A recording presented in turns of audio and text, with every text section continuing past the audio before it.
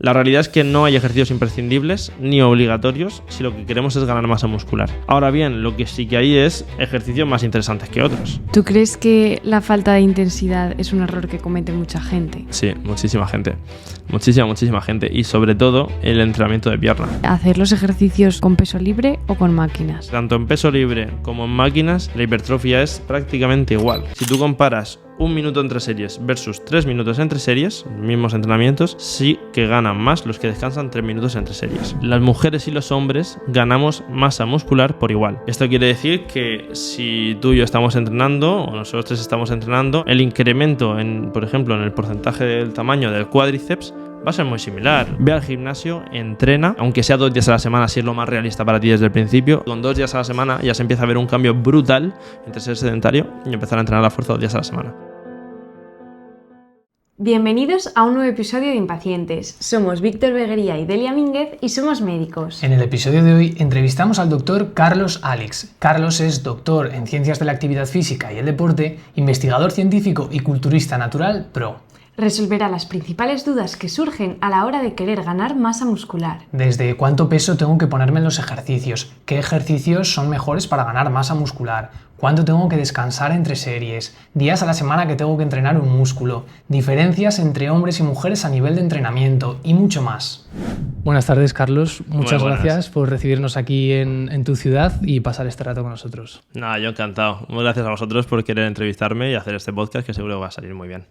Nuestra idea es que nos puedas dar una masterclass de cómo se construye el músculo y cómo hacerlo de la mejor forma posible. Si te parece, nos gustaría empezar por el principio directamente y se han propuesto, o a mucha gente le sonarán, varios mecanismos que estimulan esta hipertrofia. Tensión mecánica, estrés metabólico, daño muscular. ¿Qué sabemos a día de hoy según la evidencia científica? Vale, a día de hoy lo que sabemos es que si dividimos estos mecanismos, normalmente nos basamos siempre en el paper de 2010 de Brad Schoenfeld, donde divide precisamente lo que dices, tensión mecánica, estrés metabólico y daño muscular. Pero a día de hoy, con la investigación que tenemos, la reina es la tensión mecánica. Es decir, es el mecanismo por excelencia, que para quien no lo sepa, porque voy a intentar hablar para que cualquier persona que nos pueda ver, sea mi madre, mi padre, mi primo, mi prima, nos entienda. Entonces, la tensión mecánica es, digamos, la magnitud o cantidad de fuerza que generan las fibras musculares cuando estamos reclutándolas durante una serie, ya sea en curl de bíceps, en press de banca o donde sea. Entonces, a partir de aquí, esa tensión que se está generando de forma activa, pero también pasiva, pues va a suponer un estímulo para la hipertrofia. Esta tensión, esta magnitud de la fuerza que se genera a nivel mecánico en las fibras musculares es el mecanismo principal, pero hay un error que se ha tenido normalmente en la evidencia científica, que es separar la tensión mecánica de lo que es el estímulo neural. Como vosotros sabéis, cuando estamos reclutando nuestra masa muscular con el fin de generar fuerza, por ejemplo, la fuerza suficiente como para vencer el peso de la barra y levantarla en un curl de bíceps, al final lo que está ocurriendo aquí es que estamos enviando una orden desde el sistema nervioso, mediante impulsos nerviosos, potenciales de acción, para que pues, se despolarice la membrana de la propia fibra muscular, cuando llega el potencial de acción, se libere el calcio, todo esto, y se contraiga. ¿Qué ocurre? Que cuando hablamos de tensión mecánica estamos, digamos, enfatizando en un mecanismo más muscular, pero la realidad es que ese propio potencial de acción, ese propio impulso nervioso que llega una y otra vez de forma repetida a esa fibra muscular desde el sistema nervioso es un estímulo en sí mismo. Es más, hay estudios en los cuales dividen lo que es el estímulo neural y la propia tensión que se genera en la fibra, haciendo distintas combinaciones entre la inhibición de la propia tensión y los puentes cruzados en las fibras, bueno, haciendo distintas combinaciones, ¿no? Y lo que ven es que precisamente cuando esa tensión mecánica se genera solo mediante tensión pasiva y no activa provocada por los potenciales de acción del sistema nervioso, por esos impulsos, lo que ocurre es que no se eleva la síntesis proteica. Sí que vemos los complejos proteicos mTOR y demás reaccionar, pero no vemos un incremento de la síntesis proteica. Entonces, aquí se abre una nueva vía que a lo mejor Brad Schoenfeld no tuvo en cuenta en 2010 porque tampoco estaban estos papers, donde sí que sabemos que la tensión mecánica y el estímulo neural, ambos unidos, porque de momento no podemos separarlos, no sabemos qué va por un lado y qué va por otro, sino que juntos provocan, digamos, el máximo estímulo o el más importante para ganar masa muscular y sintetizar nuevas proteínas musculares. A partir de aquí, sabemos que generar altos niveles de tensión con nuestras fibras, altos niveles de fuerza, es el mecanismo principal. ¿Cómo se consigue esto? Para cualquiera que nos esté viendo, yendo cerca del fallo. Es decir, simplemente con que estén entrenando con una selección de ejercicios normal, es decir, que muchas veces ves en Instagram ejercicios que se les va la olla sobre un BOSU intentando hacer sentadilla y demás, pues deberíamos evitarlo porque cuanta más estabilidad más tensión mecánica podemos provocar, porque si tú estás haciendo una sentadilla sobre un BOSU o un fitball ya para partirte la cabeza, lo que va a estar ocurriendo es que vas a estar más centrado en el propio equilibrio que tienes que generar, esa estabilidad, que en generar la tensión suficiente con pues, tu cuádriceps, glúteo, aductor, etc. A partir de aquí, si aseguramos que estamos en un buen ejercicio yendo cerca del fallo, estaremos generando altos niveles de tensión mecánica. ¿Puede el estrés metabólico añadir algo a este estímulo? Ese estrés metabólico, pues esa acumulación de metabolitos que se da pues, en mayor medida cuando descansamos un poquito menos entre series o vamos a repeticiones más altas, esa acumulación de metabolitos que se da en nuestro músculo para soportar el propio metabolismo que produce las contracciones musculares, sí que puede aportar al estímulo, pero se ve que probablemente mediante un aumento en la tensión mecánica. Cuando nosotros acumulamos muchos metabolitos a nivel periférico en el músculo y nos arde el bíceps, estamos haciendo ese entrenamiento, ya llevamos series y series de ejercicios, hay una fatiga suficiente como para que nuestro sistema nervioso, eso para quien sea un poquito más friki puede buscarlo con las aferentes 3 y 4 y todo este tipo de cosas, para que nuestro sistema nervioso diga, oye, hay que proteger el músculo, entonces vamos a reclutarlo un poquito menos, o algunas unidades motoras que están muy fatigadas. Unidad motora es la neurona motora con las fibras musculares de la esquinerva, ¿no? Pues las dejamos un poquito descansar, entonces algunas fibras musculares no van a ir a tope, pero esto solo pasa cuando la producción y acumulación de metabolitos es muy alta.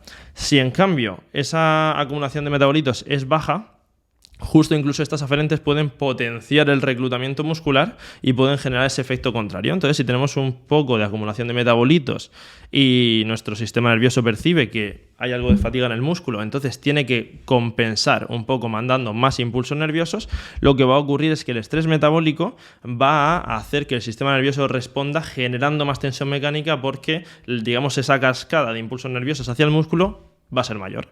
Entonces, ¿es la acumulación de metabolitos, es el estrés metabólico que provoca esa mayor hipertrofia? Pues de momento lo que se ha comprobado es que realmente es la tensión mecánica, inducida por esa vía. ¿El estrés metabólico por sí solo, con producción de mioquinas, alteraciones hormonales y demás, puede producir hipertrofia? No se sabe, al 100% no se sabe. Y hay, por ejemplo, estudios muy chulos con restricción del flujo sanguíneo, que BFR ya sabéis lo que es, con repeticiones altas, descansos cortos, etc. Si tú más o menos igualas el volumen en tonelaje, series por repeticiones por kilos que están haciendo los entrenamientos y demás, la hipertrofia es muy similar. Entonces, a lo mejor el estrés metabólico no es un extra, sino pues un medio, ¿no?, para acumular más estímulo en ese sentido. Igualmente, yo sí que abogo por combinar distintos rangos de repeticiones, es decir, yo siempre suelo recomendar, a lo mejor me estoy adelantando a preguntas. No te preocupes, sigue. Siempre suelo recomendar más o menos entre 4, 5 y 15, 20 repeticiones. Entre ese rango yo metería, si queremos hipertrofia, si queremos ganar masa muscular, o también fuerza, o perder grasa, porque al final el objetivo es preservar la masa muscular con el estímulo que das en el gimnasio. Si queremos hacer eso, trabajar entre unas 5 y 20 repeticiones. El 70-80% de las series tienen que ir entre 6 y 15, diría. Y a partir de ahí, pues realmente el tocar esos rangos más altos va a dar algo de variedad al estímulo y no perdemos nada sobre todo más al final de la sesión, porque ir a repeticiones más altas genera más fatiga, aunque antes los powerlifters, que yo he sido muy pesado con esto en redes y es verdad que ya se sabe un poco que repeticiones más altas generan más fatiga muscular, pero también neural. Pues bueno, esto es una realidad. Entonces, repeticiones más altas y descansos más cortos, mejor no al principio del entreno, porque te fastidias un poquito el resto del entreno, porque te fatigas mucho, pero sí que lo tocaría. A partir de aquí, recapitulamos, tensión mecánica la reina, ir cerca del fallo. El estrés metabólico está bien, podemos usar descansos cortos, super series, drop sets, es decir, super series no solo antagonistas, sino incluso agonistas al final del entrenamiento se puede usar, medio reps y todo este tipo de estrategias, y las repeticiones también algo más altas. Nos queda un tercero, el daño muscular. El daño muscular en sí, lo que sabemos es que más daño muscular no provoca más hipertrofia. Esto es una información relevante porque realmente lo normal es que si tú generas una tensión mecánica más o menos adecuada, elevada, porque estás yendo cerca del fallo en tu entrenamiento, vas a generar daño muscular. Y aquí se da tanto por esa acumulación de metabolitos como por esa tensión que estás generando en las propias fibras. Pero enfatizar en, como se decía tradicionalmente, ir a romper fibras al gimnasio, sería un error. Incluso hay artículos de los cuales pues suelo hablar bastante también, de damas y colaboradores, hay algunos más, donde se ve que precisamente cuando el daño muscular y las agujetas, la precisión de agujetas no siempre se relaciona con el daño muscular, pero si ha habido un entrenamiento previo en esas zonas y demás, lo normal es que sí que esté asociado. Cuando el daño muscular y las agujetas se reducen, es cuando los sujetos, a partir de los 2 meses, 3 meses en este estudio, es cuando los sujetos empiezan a mejorar realmente. Es cuando los sujetos empiezan a ver una ganancia de masa muscular significativa. Entonces, realmente lo que está ocurriendo aquí es que, primero, es cierto que cuando empezamos en el gimnasio se deben dar adaptaciones neurales que van a priorizar que sepamos reclutar bien nuestra masa muscular y generar esa tensión mecánica alta. Por eso, al principio, ganamos un poquito menos de masa muscular. Pero es que luego también, si hay mucho daño muscular, toda esa proteína que se está creando, que se está sintetizando, la vas a destinar en mucha medida a recuperar lo dañado. Entonces no estás dejando ese margen al crecimiento y es interesante pues que el daño muscular no esté siempre súper elevado. Entonces yo me olvidaría de ir a romper fibras, a ir a generar daño muscular y demás, sino a, pues poquito a poco, sobrecarga progresiva, que luego si queréis hablo de ella, y avanzar con las propias variables de entrenamiento que todos conocemos y que vamos a ir desarrollando. Wow, menuda masterclass Menuda así ya chapa. para empezar. No, chapa, no, muy bien. Me ha gustado mucho cómo lo has explicado. Sobrecarga progresiva. Cuéntanos qué es y por qué es importante para seguir ganando masa muscular. Vale, genial. La sobrecarga progresiva, mira, vosotros ya me meto aquí de todo, vosotros ahora que tenéis un cachorrete, la sobrecarga progresiva va a ser eso que cogéis al cachorro hoy en brazos, mañana, al día siguiente, todos los días, y solamente con el incremento del peso del cachorro ya estás haciendo una sobrecarga progresiva. Entonces, en ese sentido, pues efectivamente la sobrecarga progresiva no es más que esa progresión, no solo en cargas, porque al final la gente dice, ostras, la progresión en el propio peso que estoy moviendo en un ejercicio. Sí, eso es sobrecarga progresiva, pero si también ante el mismo peso, descanso, rendimiento, todo, añades una serie en el entrenamiento, también estás progresando en ese sentido. Entonces, se puede hacer de muchas maneras. Se puede hacer en base a mantener todo y subir un poquito el peso, mantener todo incluido el peso y acercarte un poquito más al fallo en las series, mantener todo, peso, la cercanía al fallo y demás, y subir un poco las series. Incluso se puede hacer mejorando la técnica y añadiendo profundidad a una sentadilla, imaginaos, o rango de movimiento a un ejercicio y manteniendo pues, el rendimiento y demás, mantendríamos la sobrecarga progresiva.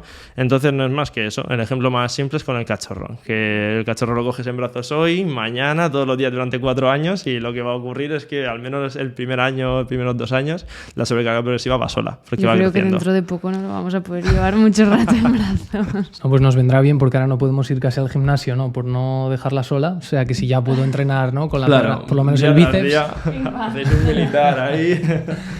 Has mencionado como factor muy importante varias veces entrenar cerca del fallo. Esto hace referencia a la intensidad. Me gustaría que explicaras por qué es tan importante esta variable dentro del entrenamiento. Sí, y qué dice la evidencia respecto a llegar al fallo del todo, no llegar. ¿Qué puedes decir? Aquí hay una cosa súper curiosa, y es que muchas veces en redes hay una guerra entre volumen de entrenamiento, no, intensidad y cercanía al fallo, no.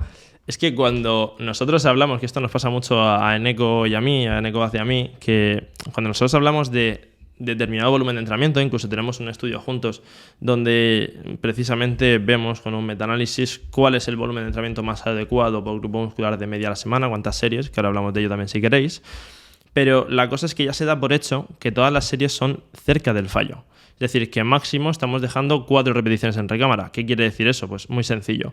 Si alguien ahora mismo está yendo al gimnasio, que ponga un peso en la barra, que haga, pues imagínate, todas las repeticiones que puede, si son 10, pues 10, pues imagínate que en vez de hacer esas 10, hace 8. Tiene 2 en recámara. ¿Qué hace 6? Tiene 4 en recámara. Bueno, pues 4 sería lo máximo, ¿vale? Para dejar en recámara, para considerar que estamos yendo cerca del fallo. Es más, a nivel práctico, yo recomiendo dejar 3. Máximo, me refiero, como máximo.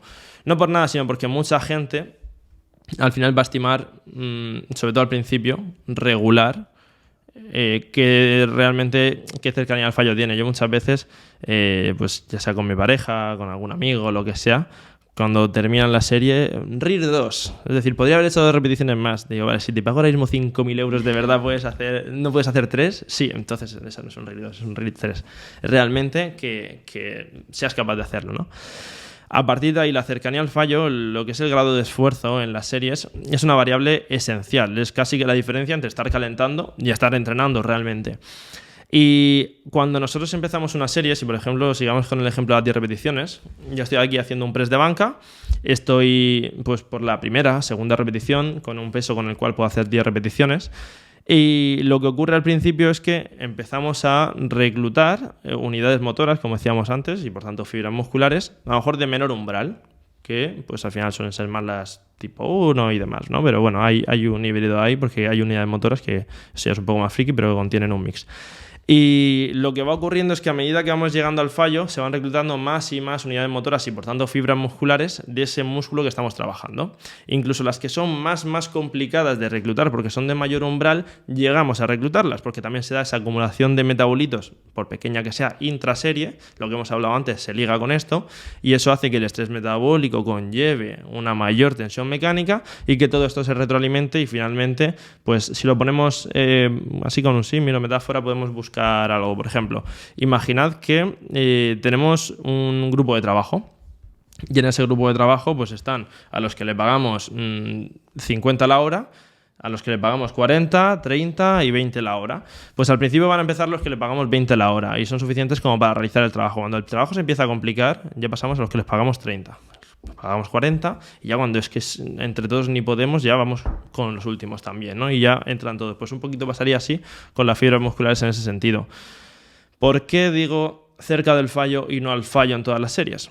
Aquí entra otra cuestión importante. Si yo estoy, como decíamos antes, poniendo ese ejemplo visual que todo el mundo se lo imagine, haciendo un press de banca y puedo hacer 10 repeticiones con X kilos y de repente voy por la octava, ya he reclutado casi todas las unidades motoras y por tanto fibras musculares que están involucradas en el ejercicio. ¿Puede quedar alguna? Sí, pero la comparación de la fatiga que voy a generar con el estímulo que voy a dar, ese ratio, esa relación entre el estímulo y la fatiga, a lo mejor ya no me sale tan rentable. Entonces a lo mejor si es la primera serie de entrenamiento, yo normalmente en las primeras series suelo dejar un par de repeticiones en recámara. Pues a lo mejor me quedo ahí, hago 8, aunque podría hacer 10, y ahí se queda esa serie. A medida que va avanzando el entrenamiento, sí me acerco más al fallo e incluso llego al fallo. Es más, puedes seguir. Mucha gente dice, no, es que llegar al fallo es lo máximo. Mentira, tú puedes bajarle el peso y seguir. Es decir, la realidad es que es lo que se denomina fallo muscular concéntrico con esa carga. Es decir, una vez has llegado al fallo, tú puedes seguir reclutando unidades motoras que aún, pues, aunque están fatigadas, siguen trabajando, ¿no? Pero sí que el fallo es bueno tenerlo como un punto ahí de referencia. Entonces, lo que suelo recomendar es dejar entre 1 y 2 o 3 repeticiones en recámara al principio del entrenamiento. A medida que va avanzando un poquito, ya podemos dejar 1 o 0 incluso en recámara o incluso llegar al fallo, que aquí otro error, mucha gente no distingue entre RIR 0 y llegar al fallo. Es muy sencillo. Si tú haces las 10 repeticiones y por mucho que te cuesta la última la sacas lentísimo, pero eres capaz de dejarla en el soporte, eso es RIR 0. Si se te queda en el pecho, has llegado al fallo. Es decir, si no eres capaz de levantar la barra, has llegado al fallo. Pues bueno, en esa repetición también hay un extra de fatiga importante, ¿no? Y a veces no es rentable sacar esa repetición extra. Pues tenemos que medir eso y ser capaces de estar gestionando pues esa intensidad en las series. Ahora bien, la gran mayoría de la gente tiene que llegar al fallo para calibrarlo. Porque si tú le dices RIR 2, ya está. Y dices, no, coge la barra de nuevo, sigue. Y entonces tú le preguntas, que esto lo tienen que hacer las personas que nos estén escuchando en el gimnasio. Se tienen que preguntar, vale, voy a decir 2 en mi cabeza, aunque sea, o fuerte, cuando yo crea que de verdad me quedan 2. Pues estoy aquí, 2, y sigues. ¿Que son 2? Perfecto. ¿Que son más? Pues bueno, en tu cabeza parece que no, pero esto en la evidencia científica se ve que recalibras esa cercanía al fallo. E incluso que no te quieres complicar la vida, si vas siempre entre RIR 1 y RIR 2, lo estás haciendo bien. Ya está. Un resumen muy al final. Yo creo que también puede ayudar mucho a la gente ver cómo entrenan gente más experimentada, por ejemplo, como puedas ser tú. Y cuando ves cómo se están moviendo esas últimas repeticiones que van súper lentas, que estáis ahí haciendo toda la fuerza que podéis, dices, ostras, yo no acabo así mis series. Entonces, igual no estoy tan cerca del fallo como pensaba. Sí, totalmente. Y es tan sencillo porque, claro, tú ves eso porque sabes que para generar altos niveles de fuerza necesitas menos velocidad para enlazar más puentes cruzados y todo eso. Pero la gente desde fuera se va a dar cuenta de... Es muy sencillo. Si te pagan ahora mismo 1.000 euros, ¿las haces o no? Ya está. Entonces, es súper sencillo en realidad, porque dices, ostras, pues sí, lo mismo en vez de 2 hacía 3, ¿eh? Pues entonces, y parece una tontería, pero al final muchos entrenadores lo que hacen es al fallo y saben obviamente que no van a llegar al fallo. Saben que se van a quedar en un RIR 2 o 3. Lo que pasa es que eso tiene desventajas porque al final entonces no estás cuantificando correctamente y estandarizando el entrenamiento.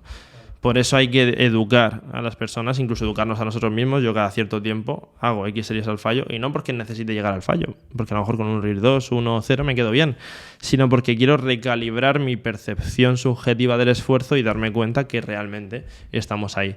Entonces, y ver si fallo hacia arriba o hacia abajo. A mí incluso a veces me pasa lo contrario, soy demasiado optimista. Digo, se acaba 2 más, y una más y palmo la siguiente. ¿Tú crees que la falta de intensidad es un error que comete mucha gente? Sí, muchísima gente. Muchísima gente. Y sobre todo el entrenamiento de pierna. Es decir, cuando ves estudios del error que tiene la gente a la hora de medir el RIR, antes de hacer todo esto que hemos dicho, de avisa cuando te queden 2 y que las hagan y todo esto, porque ahí se ve que se corrige, porque mucha gente dice, no es que el RIR, esas repeticiones en recámara o en reserva, es subjetivo. Bueno, en los estudios está clarísimo que incluso en personas novatas o principiantes se aprenden semanas con esa estrategia, que puede parecer así muy, muy normal. Pero la realidad es que si no lo haces, sí que efectivamente los estudios en un gimnasio normal se observa que sobre todo en los ejercicios de pierna infraestiman completamente la intensidad que están haciendo. Entonces el RIR, que en ese caso pues tendrían un problema de cara a que no estarían reclutando toda esa masa muscular que pretenden reclutar y por tanto las series que hacen son menos efectivas. Entonces te dicen, no, es que yo me he leído esta revisión o esta otra y entre 12 y 20 series por grupo muscular a la semana, que es lo que vimos en Eco yo y Carlos Balsalobre y demás, que era bastante óptimo, pues te dicen que lo cumplen, pero te paras a ver y claro, es que son ese número de series llegando al fallo o muy cerca del fallo. Entonces ahí ya tienes una limitación que para compensar esa lejanía al fallo tendrías que hacer muchas más series. No tenía sentido. Es decir, sería mejor aprender a aplicar intensidad en las series y sin irse de madre, simplemente como decíamos antes, con ir a un RIR 2 aproximadamente, hacer 8 repeticiones con un peso con el que podrías hacer 10, por ejemplo, estaría muy bien. Claro, justo ahora te iba a preguntar por el tema del volumen de entrenamiento que lo acabas de mencionar, pues si quieres podemos expandir con, vale, ese es el volumen semanal de series cercanas al fallo, muy importante, lo has explicado. ¿Hay algún tipo de umbral máximo o mínimo por sesión? Vale, eso es interesante. Mira, aquí hay estudios muy chulos que ven que la variabilidad entre individuos es súper alta, eso es lo primero. Y que además, en un mismo individuo intraparticipante, la variabilidad en cuestión de 12 semanas también puede ser muy alta según el estímulo que tú le estés dando. Entonces, cuando observas estos estudios con protocolos excéntricos, lo que solemos llamar fase negativa y demás, como puede ser la bajada en un press de banca o en una sentadilla, ves que las personas somos capaces de adaptarnos a mucho más de lo que creemos.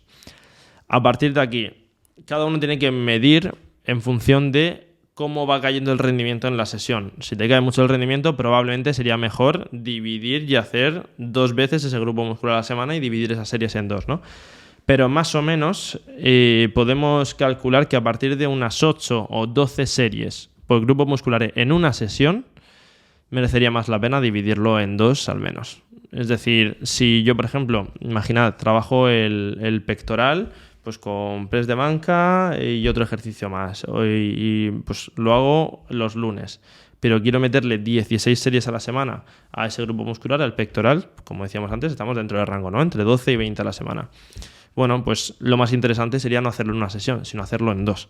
Y entonces hacer 8 y 8. ¿Por qué? Muy sencillo, por lo mismo que hablábamos antes. Al final la fatiga que tú vas a generar, que la fatiga no es más que una reducción del rendimiento que puedes generar con tu sistema neuromuscular, en este caso pues con tu pectoral, tu tríceps, deltoides y demás en press de banca, y sobre todo trabajando el pectoral aquí, pues vas a ver que las últimas series o incluso a partir de la mitad empieza a decaer el rendimiento hasta un punto que tú mismo te puedes dar cuenta que no estamos dando la máxima tensión mecánica, el máximo estímulo en ese momento al final del entrenamiento. Entonces, como el estímulo no será tan eficiente, lo que vamos a hacer es muy simple. Vamos a dividir y nos vamos a otra sesión de entrenamiento, porque es lo que tú dices.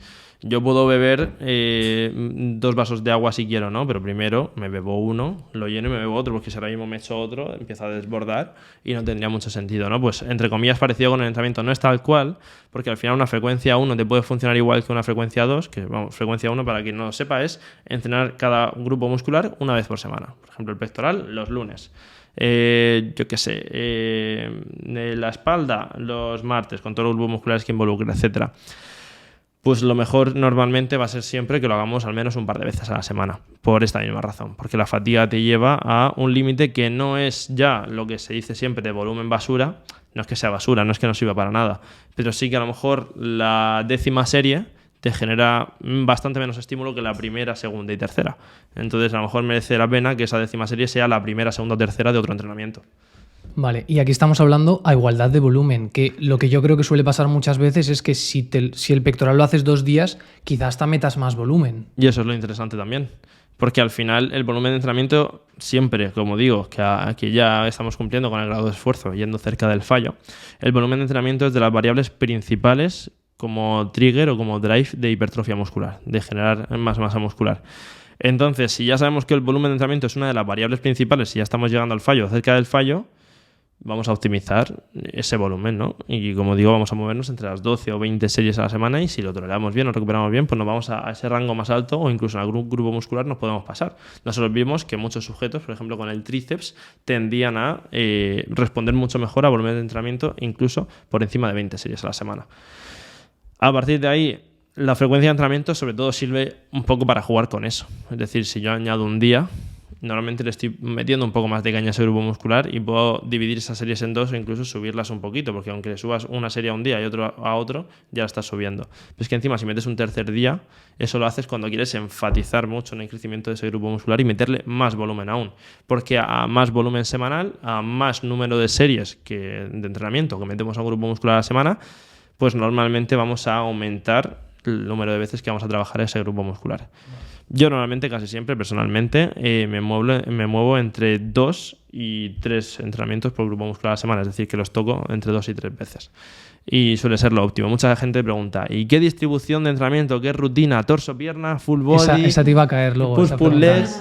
Pues precisamente es importante saber que siempre que cumplamos todo esto, tú puedes tener una favorita o no, como yo puedo tener, ¿no? Pero siempre que cumplamos todo esto, va a ser óptimo. A mí, pues por ejemplo, para mucha parte de la población, una torso-pierna me gusta mucho.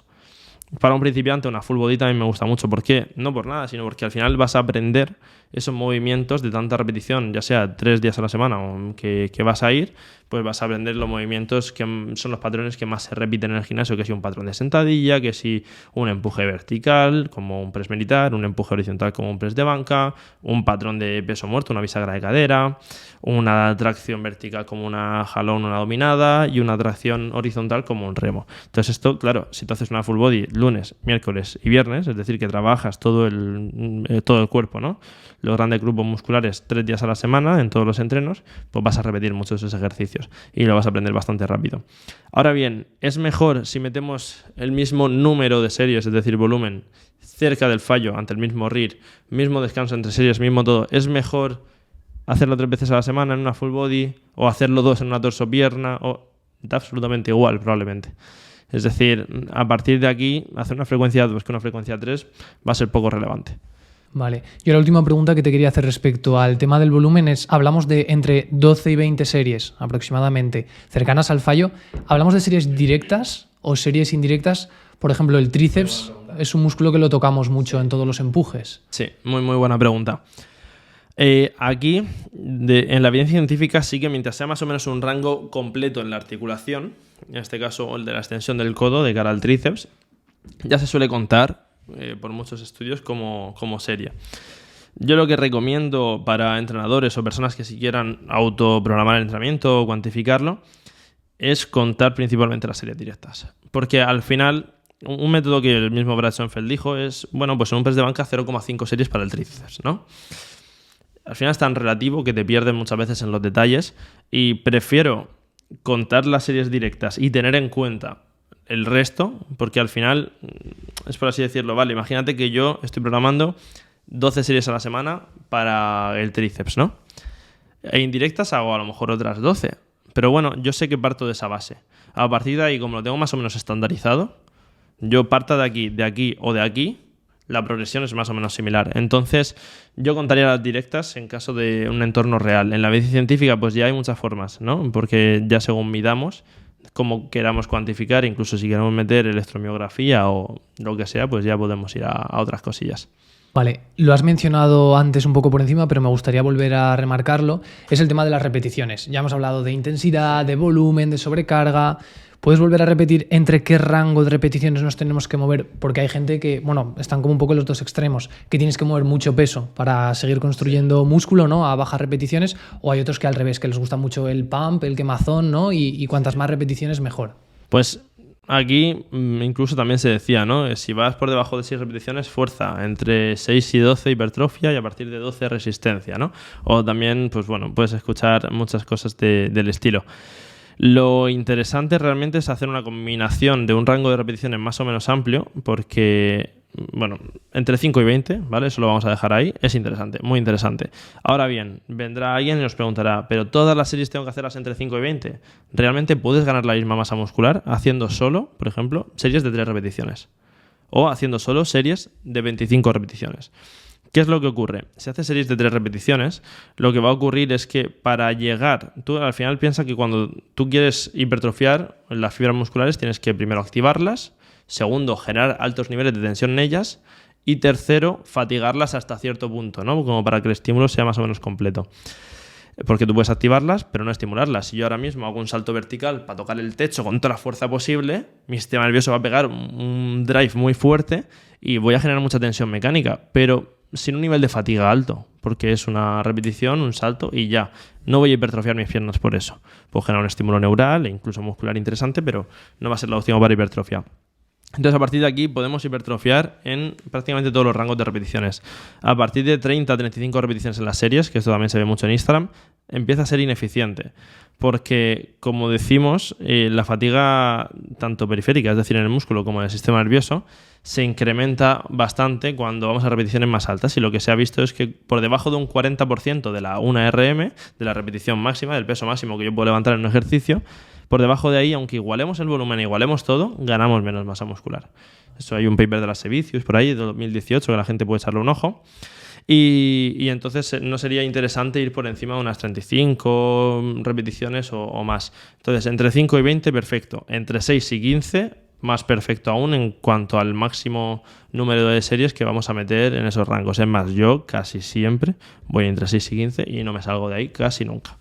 Prácticamente nunca. Lo cual no quiere decir que a 3 repeticiones pudiese conseguir la misma hipertrofia, pero tendría que hacer el triple de series para igualar ese estímulo. Vale. Yo creo que ya pocas cosas nos quedan, ¿no?, por tocar. Las estás explicando todas genial. Vayamos un poco ya aterrizando más a lo que son ejercicios, bueno, la selección de ejercicios y sobre todo me gusta cómo explicas esto en relación al ratio estímulo-fatiga, vale, que podemos poner más al principio, más al final. Vale, eso es muy interesante porque yo creo que muchas veces, como en todos los sectores, hay modas, ¿no? Y pues que si de repente una moda muy fuerte con X ejercicio, al que antes, por ejemplo, los ejercicios de powerlifting, los básicos, ¿no? Que ejercicios para hipertrofia básicos no hay. Pero la realidad es que, pues, bueno, se decía que el press de banca, la sentadilla y el peso muerto eran ejercicios imprescindibles, que tienes que hacer sí o sí, aunque no fueses competidor de powerlifting, aunque quisieses ganar masa muscular. La realidad es que no hay ejercicios imprescindibles ni obligatorios si lo que queremos es ganar masa muscular. Ahora bien, lo que sí que hay es ejercicios más interesantes que otros. Por ejemplo, como decíamos antes, ¿qué es más interesante? ¿Una sentadilla libre, normal, o una sentadilla libre encima de un BOSU? Pues obviamente una sentadilla libre normal, ¿no? Es decir, no vamos a llegar a ese nivel de tensión mecánica tan alto porque si es que nos caemos, estamos más centrados en estar ahí estables. Muchas veces también incluso las personas suelen criticar un poco el uso de máquinas guiadas o una multipower cuando realmente te permiten tener una estabilidad para generar mucha fuerza y mucha tensión mecánica, y hay estudios que incluso ven que hay ejercicios que son superiores en multipower respecto al peso libre. Pero bueno, eso es otra historia que ahora nos metemos, si queréis, del tema peso libre, máquinas y todo eso. Pero la selección de ejercicios es algo, creo que, entre comillas, medianamente intuitivo para cumplir los requisitos básicos. Un ejercicio que conlleve una acción que trabaja el grupo muscular que quieres trabajar. Si yo quiero trabajar mi bíceps, una flexión del codo. Tampoco tengo que comerme mucho más la cabeza. Ya una vez he elegido pues, ejercicios de flexión de codo para trabajar mi bíceps, voy a intentar, aunque esto no es esencial, con lo que hemos dicho, es decir, con que trabaje la acción que digamos el propio músculo que queremos trabajar hace, Ya tenemos casi todo. Si hacemos eso, cumplimos lo del RIR y cumplimos el volumen, tenemos el 80% de los resultados prácticamente. A partir de ahí, y bueno, luego hablamos del descanso y tal si queréis. A partir de ahí, ¿quieres meterle un clic extra? Bueno, pues vas a trabajar ese músculo desde distintas posiciones. Por ejemplo, el bíceps, pues a lo mejor algunos ejercicios donde está un poquito más flexionado el brazo, ¿no? Tienes un poquito más de flexión de hombro, y otros donde partes de una mayor extensión. Y algunos ejercicios donde, sobre todo, generas más fuerza en el inicio del movimiento y otros al final del movimiento, no te cuesta más. Pues bueno, podemos hacer esa combinación prácticamente en todos los grupos musculares. ¿Dónde empieza a ser también más interesante o más significativo el cambio o la diferencia? Pues cuando combinamos, por ejemplo, en el cuádriceps, en el trabajo de cuádriceps, un patrón de la típica máquina en la que te sientas y haces la extensión de rodilla, la extensión de cuádriceps en máquina que se llama, en el propio ejercicio, con patrones de sentadilla, prensa, etcétera. ¿Por qué? Porque cuando tú haces esa extensión de rodilla en la máquina y encima con el respaldo echado hacia atrás y un poquito de extensión de cadera, vas a reclutar bastante bien el recto femoral. Cosa que no vas a reclutar tan bien, ese músculo, no lo vas a reclutar tan bien en la sentadilla, por ejemplo, en patrones de sentadilla. Entonces ahí sí que se combina bien. O, pues yo qué sé, queremos elegir una bisagra de cadera, pues tenemos que tener en cuenta para qué la queremos. La queremos para los erectores de la columna, la queremos más para el glúteo y el isquio, pues a lo mejor para el glúteo y el isquio un peso muerto rumano o piernas rígidas es más interesante. En cambio un convencional pues va a tirar más un poquito del trabajo de los erectores de la columna, de la espalda. Entonces aquí es simplemente, que eso incluso en Google, y ahora con la inteligencia artificial ni te digo, con ChatGPT, pueden ver qué hace cada grupo muscular y en base a eso seleccionar los ejercicios. Con eso tienen casi todo hecho, cumplen el resto y poco más. Ahora bien, tenemos que tener en cuenta, como decíais, el ratio estímulo-fatiga. Si yo estoy haciendo un ejercicio que incluso de forma intuitiva alguien que no sepa de anatomía y demás lo puede ver, que no me está llevando a que cuando llego al fallo sea porque ese músculo no puede más, pues probablemente ese no es el mejor ejercicio. Es decir, yo si llego al fallo en press de banca, tiene que ser porque uno de los músculos involucrados que estoy trabajando, ya sea el pectoral, el deltoides o el tríceps, está fallando. Y preferiblemente el pectoral si lo trabajo para eso. Si es otro tipo de press, pues ya podemos hablar de otros músculos, ¿no? Si es más, pues un componente de estabilidad, un componente cardiorrespiratorio, otro grupo muscular que yo sabía que se involucraba en ese ejercicio. Ahí estamos eligiendo mal el ejercicio. Y muchas veces por novedad vamos a intentar hacer cosas que se nos va un poco la olla. Incluso un novato lo podemos dividir en los patrones que hemos dicho antes, ¿no? Una persona principiante elige un empuje horizontal, como puede ser un press de pecho en máquina, un press de banca, tenemos 1000 variantes, ¿no? Un empuje vertical puede ser un press militar o con mancuernas si quieres también un press de hombro. Uno de esos ya lo tenemos. Un remo como tracción horizontal, un jalón al pecho, una dominada como tracción vertical, un patrón de sentadilla, pues una sentadilla normal, libre con barra, un peso muerto rumano como bisagra de cadera y más o menos tienes ahí lo básico y luego vas añadiendo. Para el trabajo del deltoides, pues bueno, la realidad es que unas elevaciones laterales que te van a trabajar bastante completo y sobre todo la porción lateral del deltoides, si buscas estética y demás, es interesante, entonces pues lo añades y vas buscando variantes en un día y otro y más o menos con eso tienes que, en resumidas cuentas, elegir bastante bien de forma intuitiva. ¿Que quieres darle el clic extra? Bueno, pues no sé si habéis visto toda la moda de la biomecánica y demás, ¿no? Que tiene mucha base real, pero también mucha paja mental. Es decir, tiene ambas cosas, ¿no? Y muchas veces hay perfiles que no son tan técnicos en redes sociales que te dicen, mira, no, es que si ajustas así el perfil de resistencia vas a ganar más masa muscular. Bueno, hasta ahora no se ha demostrado, por ejemplo, ¿no? Entonces, incluso hay estudios donde se observa que yo siempre obviamente recomiendo hacer la técnica de los ejercicios lo más correcta posible para involucrar al grupo muscular que tú quieras trabajar, que el límite sea él y que no metas más carga por ego, sino que si metes más carga sea realmente porque ese músculo puede más. Pero hay estudios incluso que ven que un curl de bíceps haciéndolo completamente estricto versus trampeando incluso con la espalda genera la misma hipertrofia en el bíceps. Es decir, realmente ha llegado un punto las redes sociales en los cuales casi que tenemos que llevar pues Escuadra y Cartabón, sí, ¿no? eso te iba a decir, Escuadra y sí. Cartabón al gimnasio para estar midiendo ángulos y demás, y al final lo que está ocurriendo es que estamos poniendo el foco en variables que casi que no van a suponer ninguna diferencia y en cambio no nos estamos fijando en si hacemos más o menos volumen o estamos realmente cerca del fallo. E incluso pues si estamos descansando correctamente por las noches, si la alimentación está bien. Entonces es un problema ahora, pero bueno, al final las redes sociales funcionan como todo, ¿no? En base a la atención que recibe una temática, y si una temática recibe más atención, pues la gente le da más bombo, aunque realmente no sea ni el 1% de los resultados. Claro. Como has explicado, hemos visto ya lo que nos va a generar ese 80% de los resultados, pero seguro que hay algún friki como nosotros, ¿no?, que quiere saber ese otro pequeño porcentaje con estas otras cosas que vamos a comentar. Una de ellas, por ejemplo, que has mencionado, ¿recomiendas hacer un rango de movimiento completo, buena técnica? ¿Y qué hay de esto que está saliendo últimamente, que cada vez parece que coge más tracción, del tema de las repeticiones parciales, quizás en la fase estirada del músculo? ¿Puedes explicar un poco qué es esto? Porque sí, por no supuesto. lo he dicho muy bien. Y qué evidencia tiene o no en este sentido. Y sobre todo, cómo lo integras tú. Porque, claro, hay muchas cosas que pueden tener evidencia y tal, pero luego igual no merece la pena incluirlas. No, totalmente. Y es una tendencia real y con cierta evidencia detrás. Esto puede suponer simplemente, pues estábamos con el ejemplo de la extensión de cuádriceps, ¿no? Esta extensión de rodilla en máquina.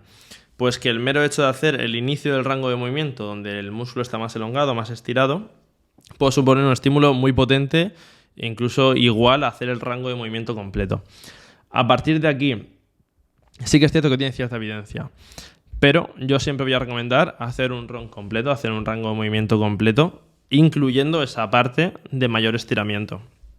Al final tenemos que entender que también, ya no solo por la propia hipertrofia regional que genera ese trabajo en estiramiento y demás, sino que al final el trabajo es más completo también a nivel neural cuando hacemos el rango completo. Como digo, sin comernos esa parte donde el músculo está más estirado, porque probablemente es lo más importante del ejercicio. Y esto es una realidad. Pero la realidad es que va a ser mucho más interesante hacer el rango completo, incluyendo todas las partes, todas las zonas de trabajo, donde el sistema nervioso va a aprender a generar altos niveles de tensión y por tanto fuerza, tanto cuando el músculo está más estirado como cuando está más acortado. Y esto es interesante. Y es cierto que también pues se dice, ¿no?, que bueno, pues que a lo mejor en sujetos más entrenados no es tan interesante el trabajar en estiramiento, con el músculo en estiramiento, porque ya has añadido muchos sarcómeros en serie, ¿no?, y en vez de en paralelo, pues en serie se va alargando un poquito esa musculatura y ya ha llegado a su tope genético para hacerlo más. Bueno, pues lo que sabemos es que siguen progresando, entonces no sé si es que se añadirá en paralelo, no se sabe aún, la evidencia tiene que ir descubriendo más cosas, pero la realidad es que el trabajo en estiramiento es positivo. Ahora bien, ¿cómo implemento yo de una forma muy intuitiva las repeticiones parciales? Cuando hay lesión, dolor, cualquier limitación por alguna de estas razones, o incluso para aumentar, pues precisamente ir un poquito más allá del fallo, e incluso si no estoy llegando a hacer el rango completo en una extensión de rodilla en máquina, en una extensión de cuádriceps, las últimas las hago parciales y voy un poquito más allá del fallo y aumento el trabajo de esa forma. Pero si no hay dolor, limitación, lesión, si no es por estas razones, siempre suelo recomendar un rango completo dentro del cual obviamente nuestra movilidad nos permite hacerlo. No le voy a meter a mi abuelo o a mi abuela una sentadilla profunda llegando con el culo hasta el suelo. Ya, claro. Y por ejemplo, ¿tú llegas a incluso elegir ejercicios que permitan estirar más el músculo 100%. de partida? Por ejemplo, un press de banca, si tú lo haces con la barra te acaba chocando en el pecho, igual si lo haces con mancuernas puedes profundizar más. 100%, vale. 100%. También tienes que tener en cuenta la movilidad de hombro que pueda tener esa persona, si puede llegar más abajo o no, porque a lo mejor te paras a analizar y está llegando a la misma profundidad que con la barra. Entonces está bien las mancuernas, ¿no?, pero que no hay un rango extra. Pero 100% que elijo ejercicios que me permitan trabajar con altos niveles de fuerza cuando el músculo está estirado. También tenemos que saber que esto va a conllevar un mayor tiempo de recuperación y una mayor fatiga. Entonces, no todos los ejercicios tienen que ir en esa dirección, sino que tenemos que combinarlo con ejercicios que a lo mejor no generen tanta fuerza en estiramiento en esa musculatura. Entonces, pero sí, 100% que trabajar no solo con el músculo estirado, sino que realmente en esa fase donde el músculo está estirado haya altas demandas de fuerza, es súper interesante. Súper interesante. Es más, incluso hay estudios muy curiosos, por ejemplo hay uno con el tema de la extensión del codo para el tríceps, me va a crujir seguro, lo sabía. Cuando trabajas el tríceps aquí realmente estás estirando la cabeza larga, pero el sistema nervioso lo que hace es reclutar en bloque y digamos que las 3 cabezas del tríceps, cuando estás haciendo aquí el ejercicio, vuelve a crujir, las artes marciales están 2 años, no, pero no pasa absolutamente nada, no genera dolor ni nada. Aquí se va a generar más hipertrofia que si estamos trabajando el tríceps en esta posición. ¿Quiere decir que solo vayamos a hacer ejercicios overhead de extensión de codo? No, pero quiere decir que lo tenemos que incluir. Y que incluso a lo mejor en algún mesociclo, en alguna etapa del entrenamiento, podemos quitar los ejercicios que generen ese estiramiento y altos niveles de fuerza en estiramiento. Podemos quitarlos, pero será con el objetivo de volver a añadirlos con una pequeña desadaptación a ese estiramiento. Entonces, a lo mejor llevamos 6 meses metiendo en nuestro día a día ejercicios con cierto estiramiento, pues bueno, vamos a quitarlo durante 1 o 2 meses para volver a elegirlos y generar ese mayor estímulo de nuevo. Es más, alargo un poco este tema, solo hago una cosilla. Y es, con 2 cosillas, a ver si tengo la memoria suficiente para acordarme.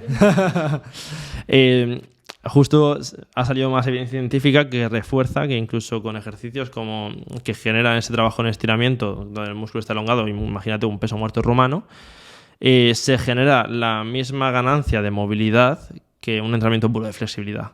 Estás haciendo 2 por 1 al final, ¿no? Entonces, tú estás enseñando no solo al cuerpo que existe ese rango de movimiento, sino que incluso puedes generar fuerza dentro de ese rango de movimiento y el sistema nervioso se desinhibe un poquito en ese sentido y te permite llegar a más, porque muchas veces la gente, que eso es lo que no entienden de por qué a veces los estiramientos dinámicos son superiores a los estáticos, dicen, no, es que mira, yo de forma estática llego a este rango ya, pero es que cuando estés a lo mejor en dinámico tu sistema nervioso te inhibe el llegar a ese movimiento por el propio riesgo que puede suponer, la elongación y demás, y el hecho de que tú estés incluso generando fuerza con un peso muerto rumano en esos rangos hace que vaya un poquito más rápido esa ganancia de movilidad y se puede asemejar perfectamente a un entrenamiento de flexibilidad. A partir de aquí iba a ligar por otro lado, ya tirando no por ganar movilidad, sino por el tema de la hipertrofia. ¿Por qué creéis que en los estudios sale tanto más activación como más hipertrofia de los isquiosurales, de lo que se suele llamar femoral en el mundo del culturismo, de la musculatura isquiosural, en un curl femoral o ejercicio de flexión de rodilla en máquina, sentado versus tumbado? ¿Por qué creéis que uno sentado genera más hipertrofia? Muy simple, la flexión de cadera que tienes. Es decir, estás elongando más desde el inicio del movimiento a esa musculatura. Entonces, por distintos mecanismos que aún se tienen que discutir, y al final tiro por la parte de tejidos pasivos y también la propia musculatura, energía elástica que puede generar, pero también por la parte neural, porque al final la parte neural va a hacer que cuando el músculo está estirado dé un extra de neural drive, de impulsos nerviosos, ¿no? para reclutar y generar fuerza con las fibras musculares. Y lo que va a ocurrir aquí es que si tú ves los estudios, los niveles de activación muscular y la propia hipertrofia que se da, es decir, la ganancia de masa muscular, son mayores en un curl femoral sentado que tumbado. Muy sencillo, simplemente por eso, por la flexión de cadera que hace que esté el músculo más estirado durante el movimiento. Esta toma igual la omitimos, ¿no? Porque si lo ven los de nuestro gimnasio, luego ya no lo cogeremos el sentado. Luego a ver quién lo coge el curl sentado. No, es broma. Muy bien, muy bueno. No, pero es verdad que está bien, como decíamos antes, el no solo hacer eso. Es decir, a lo mejor un día a la semana ese y otro día el tumbado. Matizar. Sí, no lo quiten. No, pero es verdad, sí. Es verdad. Hemos hablado de la importancia de estirar el músculo, pero ¿qué hay de los diferentes tipos de contracción? De concéntrica versus excéntrica, ¿cómo puede esto afectar a nuestro entrenamiento? La forma en la que tiene el músculo, ¿no? de generar fuerza es más tendiendo a acortarse. Pero si tú al final le estás generando menos fuerza de lo que estás dejando en la carga externa, el músculo, por mucho que tú generes fuerza, se estira. La fuerza externa es mayor a la que tú estás provocando y el músculo acaba estirándose. Eso es, pues por ejemplo, la subida de un curl de bíceps es la fase concéntrica y la bajada del curl de bíceps en la que dejas cierta fuerza, ¿no? Para que no caiga muerto el peso, pero que al final se va elongando, esa es la fase excéntrica. Entonces, lo mismo, pues por ejemplo, en un press de banca, fase excéntrica, fase concéntrica. En una sentadilla igual, bajas fase excéntrica, subes fase concéntrica. Hay algunos en los que es distinto, ¿no? Por ejemplo, en un jalón, tú cuando bajas es la fase concéntrica y cuando subes, cuando el músculo se estira, permitiendo que efectivamente la carga te venza, pues ahí es la fase excéntrica. Pues lo que se ve en la evidencia científica realmente es que esa fase excéntrica o negativa, como la llama mucha gente, es igual o incluso superior para generar hipertrofia a la fase concéntrica. Probablemente tanto no solo por la tensión o fuerza activa que se genera, sino también por tema de tejidos pasivos. y tanto a nivel muscular como la titina, como el tejido conectivo de pues, tema tendones y demás, pero también probablemente por factores neurales que pueden ayudar un poquito. Pero la realidad es que, sea por lo que sea, la fase excéntrica genera la misma hipertrofia o más. Lo que pasa es que para igualar ese grado de esfuerzo, esa intensidad, en la fase excéntrica tienes que meter más carga. Porque vamos a siempre tener un poquito más de fuerza para soportar la carga que para levantarla, ¿no? O para dejar que baje lento. ¿Qué ocurre entonces? Que en la realidad lo que vamos a hacer son, como decíamos, repeticiones completas, ya no solo en cuanto al estiramiento del músculo, sino en cuanto a las fases de cada repetición. Vamos a hacer esa fase excéntrica y concéntrica en todas las repeticiones. Y aquí entra otra duda que es, vale, vamos a hacer ambas fases, es decir, la subida y la bajada, pero ¿cuánto dura cada una? Pues todo lo que se ve en la evidencia científica, hay muchos estudios sobre esto. Y todo lo que se ve es que al final, siempre y cuando en hipertrofia la repetición completa no dure más de unos 8 segundos, va a ser un estímulo eficiente y eficaz para ganar masa muscular. Ahora bien, si queremos ir a un poquito más fino, yo recomiendo que la fase concéntrica o la subida, la fase positiva, digamos, esté hecha a una velocidad medianamente alta, no tiene por qué ser máxima, pero incluso si la técnica te lo permite, puedes hacer la máxima, y la fase excéntrica un poquito controlada. ¿Va a suponer esto una gran diferencia? Seguramente no. Incluso hay estudios donde ven que en vez de bajar la barra lento, bajar rápido y arrancar, pues por ese ciclo estiramiento-acortamiento, de cómo se estira el músculo, acumula energía elástica, el sistema nervioso también ayuda y empujas más fuerte y demás, también puede generar más hipertrofia. Pero la realidad es, céntrate en que no te dure más cada repetición de 8 segundos, en que pues ese tempo se adapte un poco de forma natural a la cercanía al fallo, porque como hablábamos antes, cuanto más cerca del fallo, más lento vas a levantar la barra, entonces no pasa nada, no calcules con exactitud ese tempo, pero generalmente recomiendo que la fase concéntrica sea rápida. Que la fase excéntrica quieres hacerla dejando caer la barra con la gravedad, frenándole y levantando. Hay un estudio que ve buenos resultados así, pero realmente yo sí que recomiendo, tanto por propia seguridad como por un estímulo que también es eficaz, es sostener la barra, sostener la fase excéntrica y aprovecharla de forma correcta. Entonces, por ejemplo, 3 segundos de bajada y 1 de subida. Sería algo completamente normal y que tendría un estímulo óptimo.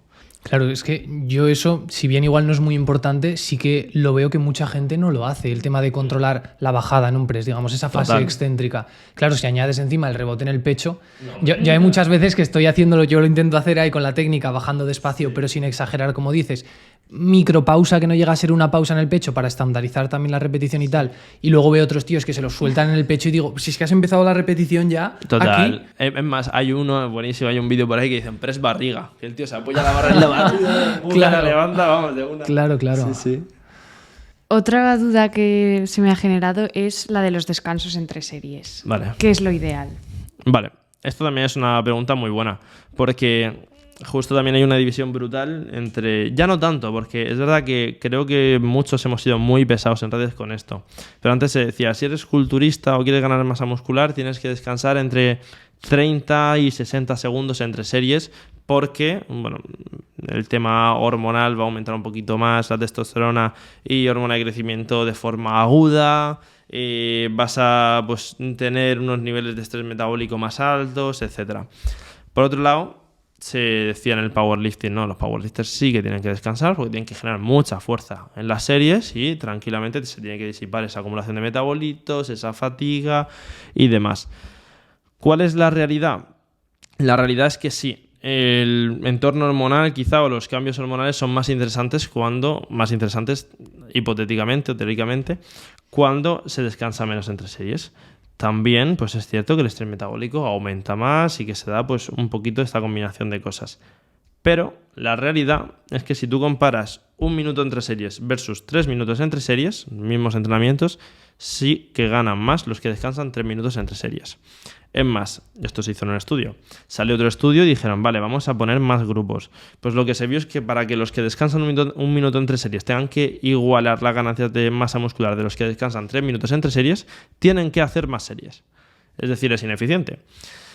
¿Esto quiere decir que siempre tenemos que descansar 3 minutos entre series? Porque efectivamente se ha comprobado que esto te hace ganar más masa muscular que descansar 1 minuto entre series, porque precisamente ya de forma intuitiva quien nos esté viendo dirá, ostras, es que disipas un poco más de fatiga, generas más tensión mecánica, que era la reina, decíamos, de los estímulos y demás. Pues si tienes que elegir, obviamente elige 3 minutos antes que 1, pero la realidad es que no es algo binario, no tenemos que elegir entre solo 3 minutos o 1, sino que podemos elegir descansar 3 minutos, por ejemplo, las primeras 6 del entrenamiento, y luego al final del entrenamiento podemos descansar 2 minutos o 1, e incluso al final podemos meter drop sets, descansar 0 y seguir. Entonces esto es lo que yo recomiendo, llegar a un punto intermedio. Al principio del entrenamiento vamos a intentar, pues en las series que sean exigentes, ya series efectivas y demás, pues descansar, yo lo fijaría entre 2 y 4 minutos entre series. ¿Por qué lo fijaría? Porque si no, no puedes comparar tu rendimiento entre series. Si dejas, que esto se hace mucho, entre 2 y 4, y cuando te sientas mejor en ese rango lo haces. Ostras, ya, pero es que el día que yo hoy descanso 2 y la semana que viene descanso 4, y mi entrenador dice, es que máquina soy, me ha subido el rendimiento. No, tienes que estandarizarlo un poquito más, pues dejar un mini rango, pero sería un error. En los estudios sí se hace muchas veces, ¿vale? Pero en estudios que precisamente se quiere investigar de forma natural cuánto tiende un sujeto a descansar, y se ve que por ahí, entre 3 y 4 minutos. Pero la realidad es que estandarizaría entre 2 y 4 minutos, a lo mejor le pones 3 minutos, por ejemplo, primera serie es el trabajo de un grupo muscular, y después a partir de ahí, pues a lo mejor podemos reducir un poquito el descanso entre series e incluso meter drop sets, que son las típicas series descendentes, que haces la serie, terminas, le bajas un 20% del peso, sigues haciendo, y básicamente eso es la drop set, la descendente, incluso puedes hacer más. A partir de eso, pues tenemos que tener en cuenta que esto, para a lo mejor personas más principiantes que no lo sepan, ¿por qué hablamos todo el rato de al principio del trabajo de un grupo muscular o al final del trabajo de un grupo muscular? Pues porque si yo, por ejemplo, estoy entrenando hoy entrenamiento de torso, voy a trabajar el pectoral, pero también voy a trabajar la musculatura de la espalda, y el bíceps, y el tríceps, y el deltoides. Entonces, pues si por ejemplo en el pectoral tienes 6 series ese día, pues a lo mejor las 3 primeras pueden ser 3 minutos de descanso entre series, las siguientes 2 minutos de descanso, la siguiente pues hay 1 minutillo de descanso y encima le metes drop sets al final descansando 0, ¿no? Y lo mismo puedes hacer con el resto de grupos musculares o no, porque a lo mejor se recuperan peor y no te interesa en ese momento o lo que sea. Entonces ahí tenemos que jugar, ver cómo respondemos. Que me han salido muchas agujetas, que en la siguiente sesión llego que no rindo igual, pues a lo mejor te has pasado un poco de frenada, pues vamos a gestionarlo mejor. Y con el objetivo de ganar masa muscular, ¿tú qué ves mejor? ¿Hacer los ejercicios con peso libre o con máquinas? Es una muy buena pregunta también. Muchas personas te dirán, incluso muchas personas dentro del tema del culturismo natural y todo esto, te dirán que peso libre siempre es lo mejor, porque reclutas más masa muscular y demás. Muchas veces estas personas no tienen en cuenta que tú reclutes musculatura sinergista, que ayuda, pero no es agonista, no es la principal que hace la acción, ya sea una extensión de rodilla en la extensión de cuádriceps en máquina o lo que sea. Que se involucre musculatura sinergista no quiere decir que vaya a pues, verse afectada por ese estímulo e hipertrofiada. Entonces, pues por ejemplo, ¿va a generar más hipertrofia en los cuádriceps una sentadilla libre que una en multipower? Seguramente no. ¿Va a generar más hipertrofia en el pectoral uno libre con barra o mancuernas que en multipower o un press de pecho en máquina? Seguramente el pectoral va a crecer igual en los dos o muy similar. Entonces, esto que puede parecer tan intuitivo es lo que ha costado mucha investigación, es más, sobre todo de un chico de aquí de Murcia que ha hecho estudios muy chulos con esto, y Alejandro se llama, y precisamente lo que ve es que tanto en peso libre como en máquinas la hipertrofia es prácticamente igual. Entonces lo que tenemos que tener en cuenta son las preferencias individuales, incluso el nivel del deportista, incluso el material con el que contamos, ¿no? Si una persona es principiante, yo le voy a meter al gimnasio y para que tenga una motricidad más rica y controle más patrones motores, le voy a meter pesos libres. Pero en esos no le voy a llevar cerca del fallo, porque aún no controla la técnica. Si le llevo cerca del fallo, va a ser en un press de pecho en máquina. Y el press de banca con mancuernas para que vaya controlando poco a poco la técnica, ¿no? Lejos del fallo. Entonces podemos combinar las dos. O incluso que yo voy al gimnasio, tengo mucha prisa porque eres una persona muy ocupada y demás. Probablemente te va a venir mejor si tienes que hacer super series o circuito, hacerlo en máquinas. Porque no tienes que estar descargando barras, simplemente metes la placa y ya está. ¿Que quieres montarte un home gym? probablemente te va a venir mucho mejor tener barra, mancuernas y discos ahí, ¿no? Entonces al final depende un poco de eso. Y si estamos en un gimnasio, tenemos de todo y tenemos cierto tiempo, va a ser más interesante combinar ambos. Y a lo mejor al principio de la sesión usar pesos libres, donde pues vamos a tener un desafío con cargas más altas y una mayor motivación para generar ese rendimiento. Y al final de la sesión, esos movimientos más monoarticulares o, aunque sean multiarticulares, más controlados o guiados por máquinas o poleas, para poder ir más allá, meter esas drop sets, fallo, descansos cortos y estar en un entorno un pelín más seguro, digamos.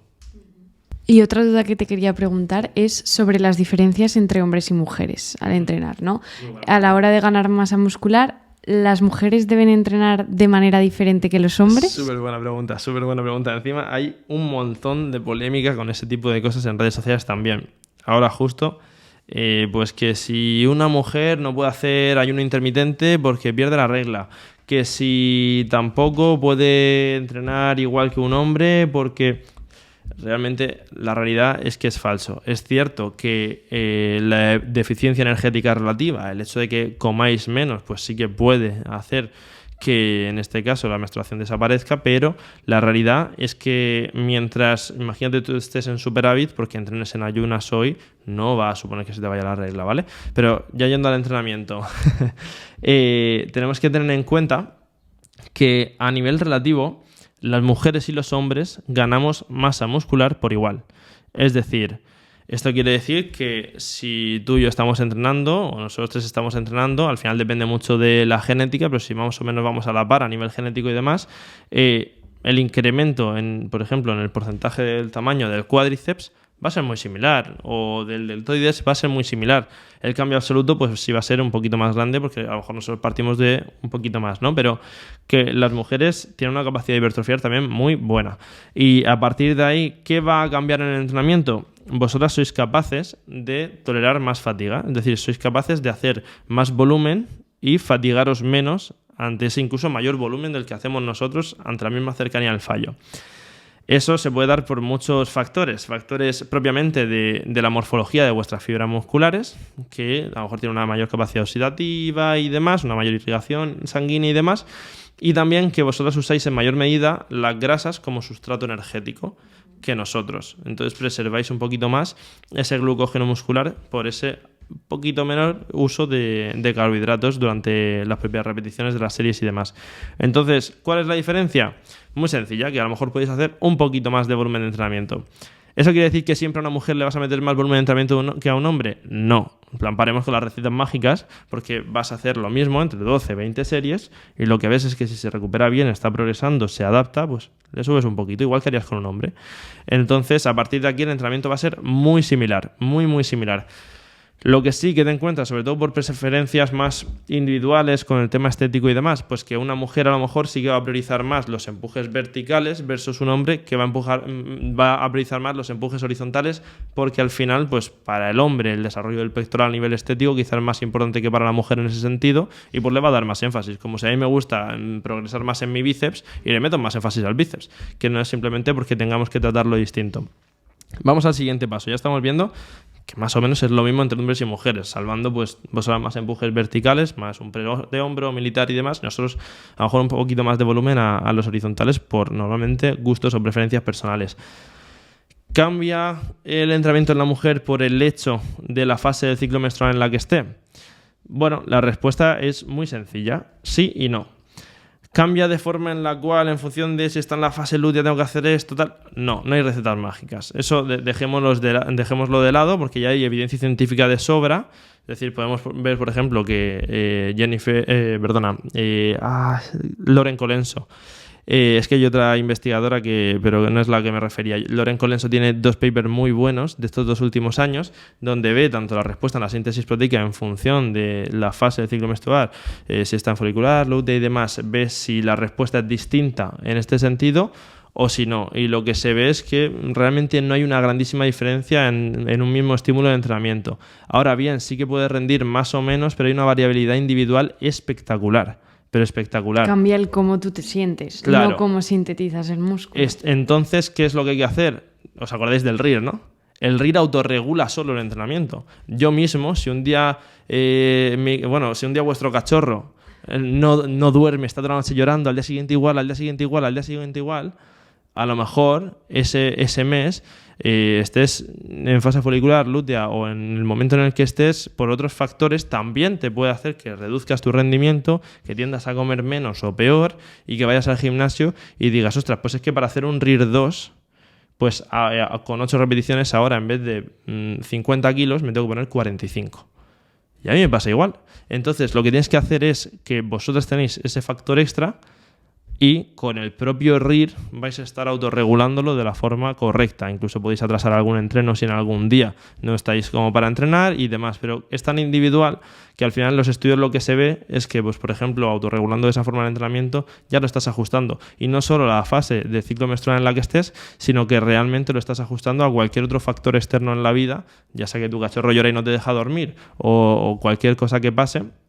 Y yo, por ejemplo, yo lo noto mucho, yo de viaje, o cuando tengo una época fuerte de estrés y demás, rindo menos. Es una realidad y lo noto un montón. Y yo mismo autorregulándome con el RIR, noto esa bajada del rendimiento, la intensidad relativa, digamos el esfuerzo relativo, lo mantengo porque estoy a la misma cercanía del fallo, mismas repeticiones y demás, pero la carga o el peso que estoy usando es algo menor.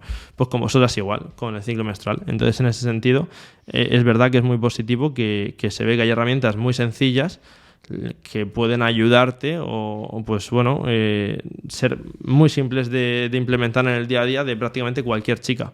Lo que pasa que al final tenemos que pensar en la nutrición, sí que puede haber más cambios ahí y demás, que hay personas muy buenas en ese sentido.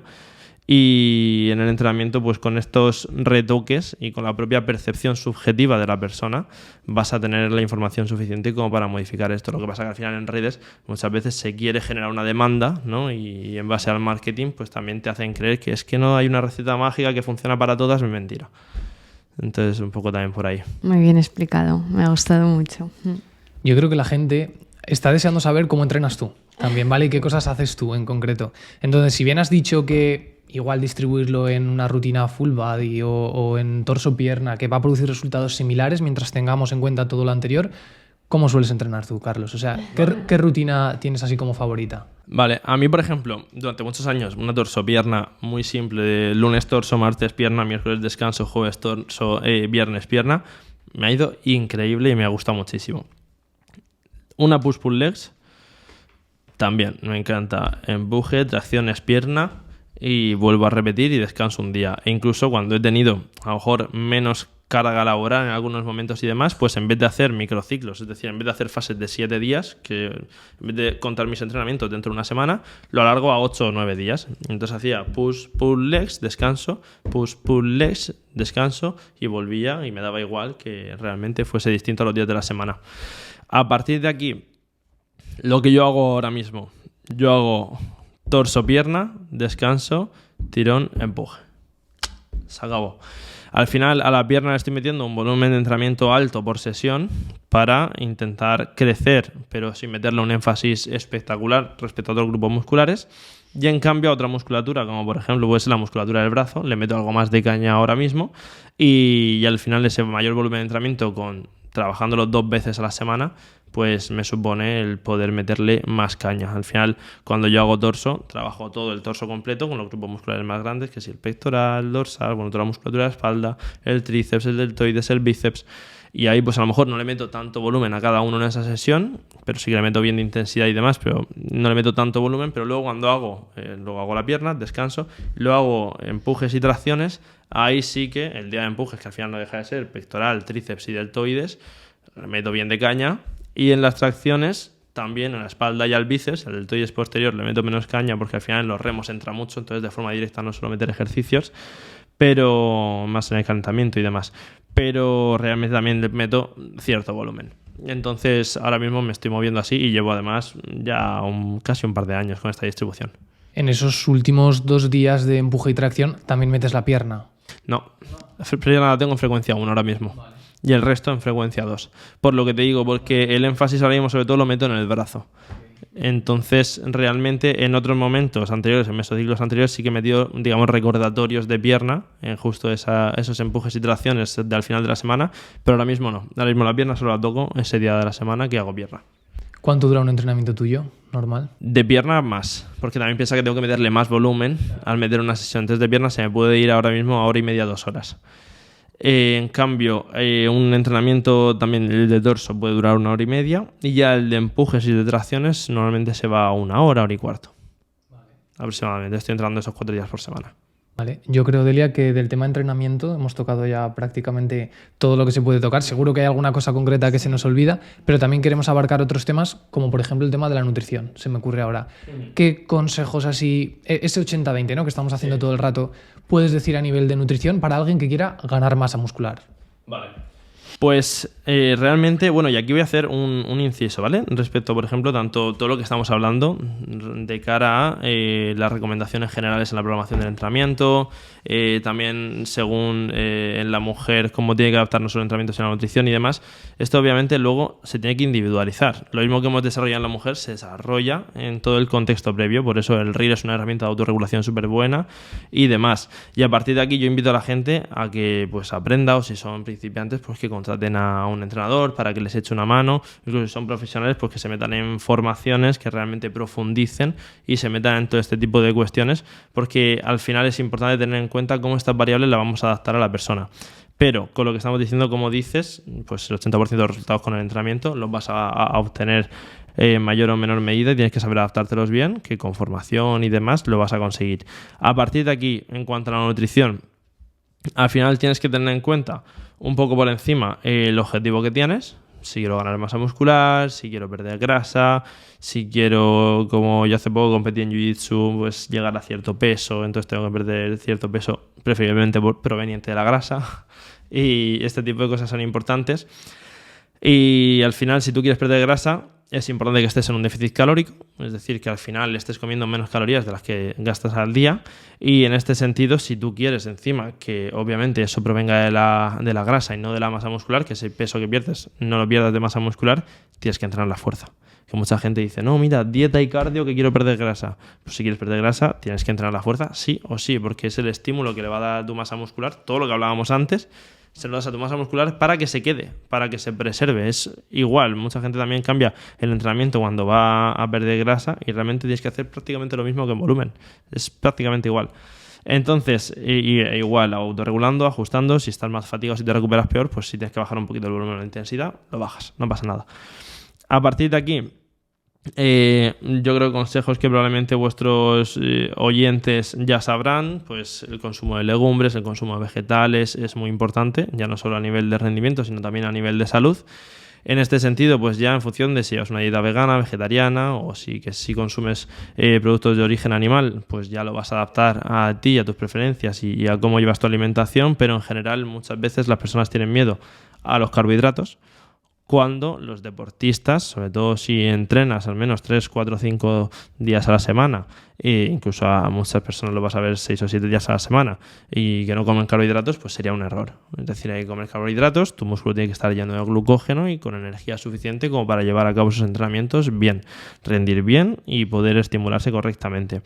A partir de aquí, quitar miedo a los carbohidratos, pues como digo, es importante. El consumo de proteínas muchas veces en el mundo del culturismo lo hemos exacerbado un poquito, pues realmente yo voy a ser honesto, a nivel de preferencia personal, yo sí que suelo ir alto de proteínas, sobre todo si estoy perdiendo grasa. Es decir, entre 1,6 y 2,5 gramos por kilo de peso me voy a mover en una etapa de pérdida de grasa. ¿Por qué digo 2,5? Porque incluso si voy a competir en culturismo natural, que hay momentos que estás pues muy bajo de grasa, con pues mucha actividad física diaria, muchas demandas en el gimnasio, en el cardio y demás, al final sí que los llego a meter en épocas de competición, que hace tiempo ya que no compito. Pero ahí me movería. En una etapa de ganancia de masa muscular, ¿hace falta estar en superávit calórico, comer más calorías de las que tu cuerpo necesita al día? Realmente no hace falta para ganar masa muscular, pero es más eficiente y es óptimo.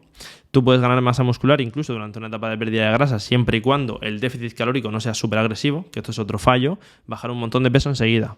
pues probablemente estás cometiendo el error de perder más masa muscular de la necesaria, porque tu cuerpo no va a, digamos, quitarse toda esa grasa tan rápido, sino que al final estás provocando una pérdida de masa muscular por perder peso tan rápido. Entonces, igual también cuando subes, es decir, no por hincharme a comer ahora mismo voy a estar ganando toda la masa muscular del mundo, sino que mejor subir poco a poco el peso y al final pues gestionar mejor esa subida, ¿no? A partir de aquí, cuando estoy en una etapa de ganancia de masa muscular, sí que me suelo mover entre 1,6 2 gramos de proteína por kilogramo de peso, más entre 1,6 y 1,8 realmente. Incluso probablemente, tanto en etapa de pérdida de grasa como en etapa de ganancia de masa muscular, las cantidades que he dicho podrían incluso venir más abajo y no habría ningún problema. Pero ahí suelo ser bastante precavido en ese sentido porque además suelo hacer artes marciales también. Aparte del entrenamiento en gimnasio, suelo tener bastantes demandas, cierto daño muscular por ese tipo de tareas también y prefiero curarme en salud en ese sentido. Luego, las grasas en función de la etapa en la que yo esté, esto ya lo estoy diciendo a modo de lo que yo hago porque no me gusta, digamos, puedo dar recomendaciones generales como el tema de las legumbres que hemos comentado, vegetales, el miedo a los carbohidratos, pero si hablamos de gramos por kilo de peso de cada macronutriente, yo digo mi caso. Y a partir de aquí, por ejemplo, en la grasa yo siempre me suelo mover entre 0,8, 1,2, 1,3 gramos por kilo de peso y cuando estoy en definición sí que lo bajo de 1 gramo por kilo de peso, suelo bajarlo, pero tampoco lo suelo bajar más de 0,7 gramos por kilo de peso y más o menos ahí estás en unos rangos que más o menos están bien. Jugando con eso, cuando ya alguien más quiera ajustar, por si alguien quiere hacer que es una etapa de definición o incluso pues competir, ¿no? O muchas veces ves a la gente en la playa que se prepara casi para una competición, que están súper definidos y todo esto pues ahí tienen información, pero normalmente con que comamos una cantidad normal de proteína que casi de forma intuitiva sale, con que incluso los carbohidratos no tengamos miedo a ellos, con que no nos pasemos muchísimo de grasas, con que comamos más o menos comida real y aunque tengamos un pequeño porcentaje de procesados, que sean procesados pues buenos, ¿no? Y que realmente no haya un problema de que los ultraprocesados que nos estamos comiendo son bollicaos. Si no, pues a lo mejor una proteína de suero, ¿vale?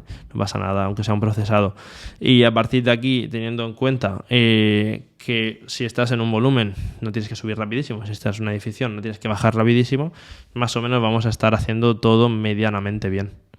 Qué interesante esto que has comentado de que no hace falta estar en un superávit calórico, en un volumen, ¿no? Para ganar esa masa muscular. Quizás sea más eficiente y más óptimo de esta forma, pero vamos que antes de toda la vida se decía lo típico de, bueno, un volumen, que la gente lo aprovechaba a su vez para comer de todo, ¿no? Y está muy bien que digas que no hace falta esto así. Y también te quería decir el tema, vale, sí, tú las comidas en el día a día, ¿cómo las gestionas? ¿Pesas cada comida, cuentas los macros de cada comida o llevas una planificación un poco más laxa, simplemente hoy como, yo qué sé, salmón con arroz? Antes sí, antes pesaba cada gramo y ya sea con MyFitnessPal, otra app o incluso en épocas de dieta cerrada cuando me acercaba a una competición o incluso cuando competí en Jiu-Jitsu también hice una dieta cerrada, sí que me preparaba todo al milímetro. También soy muy perfeccionista y pues al final prefería hacerlo así. En cambio, en épocas como ahora o incluso, en verdad, en los últimos años casi siempre, puedo pesar los alimentos, sobre todo a algunos si estoy en casa y demás, pero ni lo meto a MyFitnessPal porque normalmente a ojo, ya después de tantos años, efectivamente, más o menos sé por dónde va. Que me voy 200, 300 kilocalorías arriba o abajo, no me va a importar, porque mañana me iré abajo, pasado me iré arriba y no va a tener una relevancia brutal, y más cuando no tengo ningún objetivo competitivo o súper exigente ahora mismo. Entonces, en ese sentido, la verdad que por mi parte no soy tan exigente, pero al final sí que se me ha quedado la costumbre de más o menos, la gran mayoría de la comida, si estoy en casa, sí que la peso para saber por dónde estoy yendo. Para terminar la entrevista querríamos hablar un poco de suplementación, claro. ¿Vale? Has mencionado antes la proteína en polvo. ¿Crees que es necesario suplementarse con proteína para ganar masa muscular? Y también, ¿cómo podemos encontrar proteína de calidad? Vale. Eso es muy, muy interesante. En este sentido, necesario no es. Es más, yo la proteína la veo casi como un alimento más. Es decir, yo sí que disfruto mucho pues hacerme un vaso de leche, echarme algo de proteína y tal. Lo disfruto mucho, pero es una fuente más de proteína en este sentido. Si una persona está llegando a sus necesidades proteicas diarias simplemente con su alimentación normal en su día a día, no le hace falta meter un extra de proteína ni mediante otros alimentos ni mediante la proteína de suero. En este sentido, a mí se me suele hacer muy cómodo, incluso cuando pues estás mucho tiempo trabajando, el coger una pieza de fruta, unas nueces y un batido de proteína es una realidad que se hace cómodo. Estás trabajando con ordenador, le pegas un trago, sigues y al final es una comodidad en el día a día. Incluso para personas que a lo mejor pesamos un poquito más, llegar a nuestras necesidades proteicas, pues también es cierto que también es una comodidad con un batido poder incrementar esta ingesta. A partir de ahí, lo que miraría normalmente en una proteína son cosas muy básicas, esto para el público general. Que en la etiqueta declaren la materia que están usando. Eso es básico, porque si no declaran la materia probablemente no se sienten muy orgullosos de la materia que usan. Y además, si declaran la materia, pues hay muchas que están bien, pero por ejemplo Arla o Glanbia están muy bien. Yo, ya lo sabéis, yo formo parte de la Expert Nutrition y llevo años asesorando dentro de esta empresa, y al final cuando seleccionas una materia como Arla o Glanbia pues es preferible, pero lo más importante es que sean transparentes en este sentido, que a mí yo siempre lo cuento, ¿no? que en su momento cuando yo empecé a trabajar con empresas de suplementación yo era en plan un negado de no, una empresa de suplementación yo no trabajo porque este sector es de piratas y lo hacen todo fatal, tal, y justo cuando fui a la fábrica y vi lo transparentes y bien que hacían las cosas dije vale, aquí sí. Y eso creo que de verdad en el sector español ha influenciado mucho el trabajo de Life. En este sentido ha influenciado mucho a cómo trabajan otras marcas y lo transparentes que están siendo, y esto es muy positivo. Entonces normalmente sí que vais a ver declarada la proteína, de dónde viene la materia prima en la etiqueta, y pues eso, este tipo de proteínas de Arla, Glanbia y demás son interesantes. A partir de aquí, como digo, no es necesario consumir proteína de suero, no es necesario consumir batidos de proteína si estás llegando a tu cantidad diaria recomendada de una forma aproximada con lo que comes en el día a día. Hay otras cosas que a lo mejor sí que son más interesantes, meterlas con suplementación si comas como comas, porque no vas a llegar, por ejemplo la creatina, ¿no? Entonces, al final la proteína la puedes gestionar más o menos con la alimentación, pero la creatina, o metes creatina o no llegas. Vale. Pues si te parece extender ahora, era justo lo siguiente que te íbamos a preguntar, el tema de la creatina. Y me gustaría unirlo también, igual que la gente cuando escucha el Creapure, que ahora lo vas a explicar, y es como que te quedas tranquilo más o menos, por lo menos desde el desconocimiento del público general, dices, bueno, esta es de calidad, aparte del precio y todo eso. ¿Hay algo parecido con la proteína? ¿Eran estas materias primas sellos que comentas o no? Sí, tienen sus sellos y al final te estás asegurando de que no tienen añadidos, que muchas empresas meten aminoácidos añadidos y demás. Ves más o menos de qué granjas vienen, el estado de las vacas en la proteína de la leche, etcétera. Y es verdad que ahí sí que también otros procesos que puede controlar más un tecnólogo de alimentos y demás, tienes cierta seguridad en lo que estás consumiendo. En cambio hay otras proteínas, por ejemplo, recuerdo una que venía del norte de Europa y demás, que cuando llegó la ficha le faltaban aminoácidos. Esto han hecho un mezclijo aquí de aminoácidos y no te están diciendo ni de dónde vienen ni a dónde tienen las vacas, ¿sabes? Que no saben ni siquiera nada. Entonces, a partir de aquí, justamente lo que dices, que también lo has hilado muy bien con la creatina, es importante que tengan ciertos estudios, que estas empresas también lo tienen, y que vean la eficacia y que veas el origen más o menos demostrado y bien evidenciado en cuanto a seguridad alimentaria, la calidad de la proteína, que no tienen cosas añadidas, más allá de la seguridad y demás.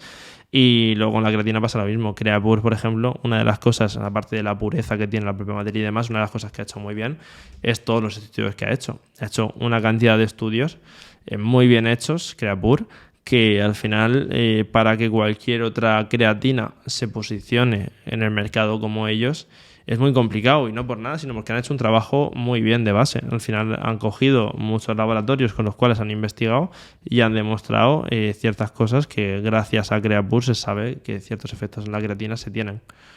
Entonces eso también es importante, que inviertan en I+D en ese sentido y que demuestren los claims que tienen. No te pueden decir, no, es que si tomas creatina rinden más. Demuéstralo en un estudio antes de decir eso.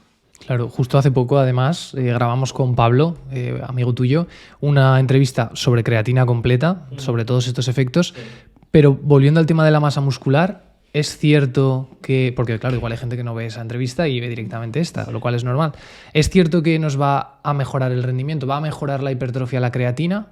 ¿O no están así? Sí, en principio tanto el entorno celular de las propias fibras musculares ya no solo es efecto fisiológico, sino que además el propio rendimiento se mejora, por temas de sustratos energéticos y demás, sí que puede conllevar un aumento de la masa muscular y esto está realmente reportado.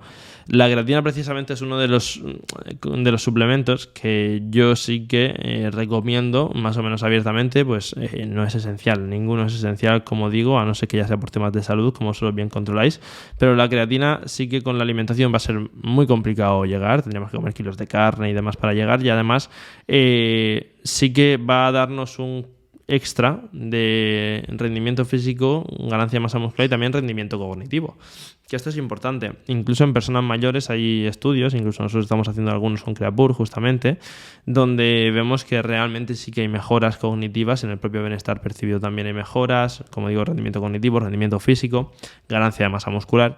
Entonces es un suplemento interesante. A partir de aquí, ¿cuánto consumir? Pues bueno, se está queriendo hacer, la investigación cada vez va bajando un poquito más las cantidades para recomendar entre 3 y 5 gramos. Pero hasta ahora, entre 0,08 gramos por kilo de peso y 0,1 gramos por kilo de peso está más o menos bien. Es decir, pesan 90 kilos, 9 gramos, por ejemplo, para no rayarse mucho la cabeza. 50 kilos, 5 gramos. ¿Es necesaria tanta cantidad? Realmente no, probablemente con una cantidad un poquito más baja también vas a ir bien. Pero lo que sí, pues no hace falta, a no ser que quieras ir súper rápido, pero no hace falta hacer estas cargas de creatina y descargas y cargas y descargas de las que se hablaba antes. La vida es mucho más fácil que eso, también con la creatina. Entonces, como digo, incluso vamos a ver en la medicina científica en los próximos años cómo cada vez se va bajando un poquito más esa cantidad. Y al final, incluso Creapure ahora tiene un proyecto con Creavitalis, sobre todo más enfocado, que no deja de ser la creatina de Creapure, más enfocado para tema de salud, de personas mayores, de sarcopenia y todo esto, donde están intentando demostrar todos estos efectos que han demostrado con Creapure con unos 5 gramos, pero con 3 gramos. Están intentando demostrarlo. Entonces, como digo, aseguramos los efectos con 0,08 o 0,1 gramos por kilo de peso, pero entre unos 5 gramos y demás, la mayoría de la población va a ir bastante bien. Incluso que aquí, justo Pablo, en ICEN, es el director del máster de nutrición deportiva, suplementación y demás. Y justo también, bueno, en tu podcast, en vuestro podcast, lo vais a escuchar hablar un montón de esto, pero Pablo con la creatina, vamos, tiene clases muy chulas que yo las he visto de arriba abajo, muy, muy buenas. Yo soy el director del entrenamiento personal y es el de nutrición deportiva, y la verdad que ahí hay clases muy chulas de por medio. Saben bastante cada uno de lo suyo, sí, yo creo que ahora sí. que hemos estado con los dos. Bueno, Carlos, por mi parte, yo creo que queda una entrevista ya súper completa. Vamos, si la gente aplica, que nosotros también nos lo veremos, todo lo que hemos dicho en esta entrevista, esperemos que sí. Tiene que crecer la masa muscular a todo el mundo. Quería decirte, ¿cómo podemos ahora resumir? Porque siempre hacemos una pregunta de, bueno, si la gente solo pudiera quedarse con una idea, tal. En tu caso creo que sería mejor como un resumen de lo importante, ¿vale? Para que la gente se lo pueda llevar así como de deberes. Genial. Lo más importante es que cuando termine esto se vayan al gimnasio. Eso es lo más importante porque muchas veces, y esto pasa en todos los sectores, ¿no? E incluso en muchos ámbitos, escuchas, te informas, lees, ves vídeos y no pasas a la acción. Ve al gimnasio, empieza y cometerás fallos y los corregirás y no pasa nada. Entonces, que no te dé vergüenza, que no, pues a lo mejor te da pereza, pero no lo pienses, que eso también hay muchos estudios sobre eso, no pensar directamente, ir al gimnasio a hacer, te encuentras allí y ya tienes que hacer algo. Así que, lo primero es la adherencia. Que hagan lo que crean que pueden hacer. Por ahí hay artículos míos en La Vanguardia, en El Confidencial y demás que dicen, Carlos Aleix dice que hay que entrenar 2 días a la semana. Tampoco es eso, pero sí que es cierto que con 2 días a la semana ya se empieza a ver un cambio brutal entre ser sedentario y empezar a entrenar a fuerza 2 días a la semana. Entonces, tanto a nivel de salud como a nivel de fuerza y pues incluso en personas mayores, la propia independencia y autonomía que tienen. Entonces, ve al gimnasio, entrena, aunque sea 2 días a la semana, si es lo más realista para ti desde el principio. Luego ya el cuerpo te irá pidiendo subirle un poco, pero primero coge adherencia con eso. Y como decíamos, al principio ir más o menos cerca del fallo da igual, pero cuando lleves ya unos meses, ve cerca del fallo. Importante. Intenta hacer entre 12 y 20 series a la semana por grupo muscular. Si no quieres descansar 2-3 minutos entre series, no pasa nada, no hace falta, porque puedes hacer super series antagonistas. Por ejemplo, mientras estás haciendo, yo qué sé, el tríceps, lo haces, estás descansando el tríceps y estás haciendo la serie de bíceps. Descansas del bíceps y estás haciendo la serie de tríceps. Entonces estás haciendo esas super series antagonistas. Incluso hay circuitos, esto iba a ser un resumen, al final se me va a ir, que busque la gente simplemente circuito HRC.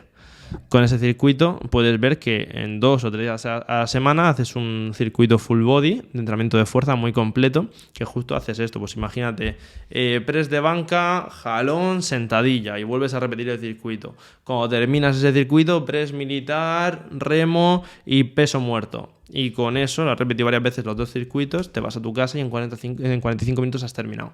Y por ejemplo, es un entrenamiento que a mi padre le cuesta coger adherencia con el gimnasio, que le mandé, ¿no? Para un par de días a la semana. Mi madre, en cambio, tiene más adherencia. Pues ya aplica todo lo que hemos comentado. Entonces, haz lo que sea realista. Entrena cerca del fallo cuando ya lleves unos meses. Haz entre 12 y 20 series por grupo muscular a la semana. Y a partir de ahí, intenta comer saludable en la medida de lo posible y de forma coherente con tus objetivos. Y quinto, intenta informarte por encima de lo que haces y tener un poquito de cabeza y coherencia, ya sea para seleccionar ejercicios o para no meter 40 series el primer día que vas al gimnasio por grupo muscular. Con esas cosillas y sobre todo que la gente disfrute, que vaya con un amigo, que coja adherencia, que vaya 2 días a la semana, no empiece con 5 y se queme, eso es lo más importante. Totalmente, porque hemos hablado todo el rato de lo que es óptimo o más recomendable según la ciencia, pero luego está ese apartado de que disfrutes entrenando, qué es lo que más te gusta a ti, cómo entrenas. Si entrenas con un amigo, pues igual hay que ver ese interés común, ¿no? De qué ejercicios hacéis entre los dos. Eso es, que no es hacer el mismo entrenamiento los dos. Es más, yo por ejemplo con Eneco entreno muchas veces juntos. Bueno, últimamente la verdad que estamos más fuera del gimnasio juntos que dentro del gimnasio, porque al final tenemos 1000 horarios distintos, pero hemos entrenado muchos años juntos y al final cada uno hace su entreno. Pero estás ahí con el otro picándote, hostia, pues yo el otro día levanté esto, Eneco, y Eneco, hostia, pues Carlos, yo el otro día aquí levanté esto, te vas picando y mola. Y muchas veces las personas dicen, hostia, es levantar hierro en el gimnasio. Si tú coges un pequeño diario, apuntas los pesos que vas levantando, te picas contigo mismo, vas con un amigo, con tu pareja, lo que sea, al final se te hace ameno y lo disfrutas. Entonces eso, la adherencia es súper importante y no hace falta ir desde el principio 4 o 5 días a la semana. Yo muchas veces cuando le digo a la gente que yo siempre entreno 4 días a la semana, hasta yo pensaba que entrenabas 5 o 6.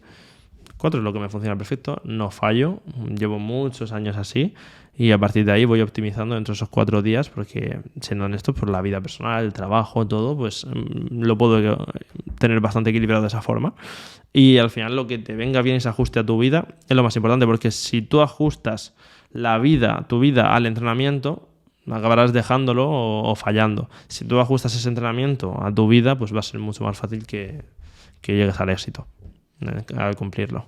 Pues oye, muchas gracias por esta entrevista, la hemos disfrutado un montón. Y creo que es súper valiosa para quien la escuche. Me alegro mucho. Gracias a vosotros por invitarme. Para los demás, nos vemos la semana que viene en un nuevo episodio. Adiós.